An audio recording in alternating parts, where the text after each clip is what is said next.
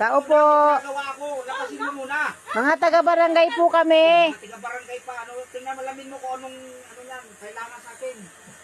May ginagawa nga ako, ikaw naman kayo. Ito, mga tao to. Papasok ako eh. Ay, mga taga-barangay po kami, ate. Nalaman po namin at nakita ko nga po na meron kayong solar sa taas eh. O ano naman ako sa inyo? Eh, gusto ko po sana mga ano yung tatay nyo, makausap. Oh. Ano ba yung kalahin ko nga? Atay, Opo, maganda. kasi meron po kayong solar eh. Meron po, kinapit po namin dyan sa ibabaw ng bubong. Ang tanong po namin, nakarehistro po ba yan? Ay, hindi pa po. Bakit po ba? Ano pong...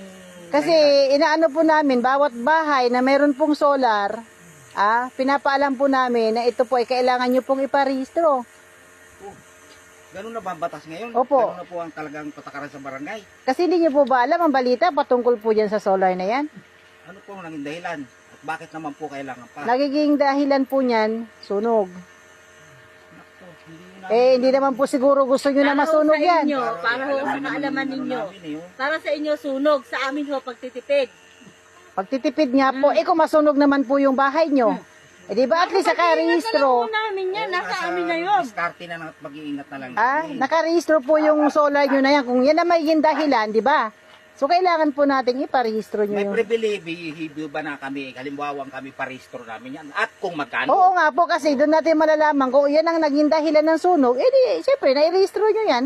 Meron po kayong ano dyan. Alam niyo po, ma'am, mawalang galang na nga po, ma'am. Buhay namin dito. Trabaho po kami ng trabaho tulad po, papasok ako sa trabaho ngayon. Sa laki ng binabayaran namin sa kuryente, kaya nga po kami nagkabit ng solar. Wala naman ho kaming alam na bawal ho pala at ipinagbabawal ng munisipyo ang solar. Opo, pinagbabawal na po yan, pinapaalam para malaman po ninyo, malaman din po ng barangay at malaman nyo rin po ang magiging patakaran sa pagpapalagay ng solar. Ako mawalang galang na nga po, no? Makita nyo naman yung kabuhayan namin, kubo na nga lang tinitirhan. Ngayon, kung kami hingi pa ng permit sa inyo, saan pa kami kukuha, no? Nagtitipid nga kami, at kung magkano babayaran.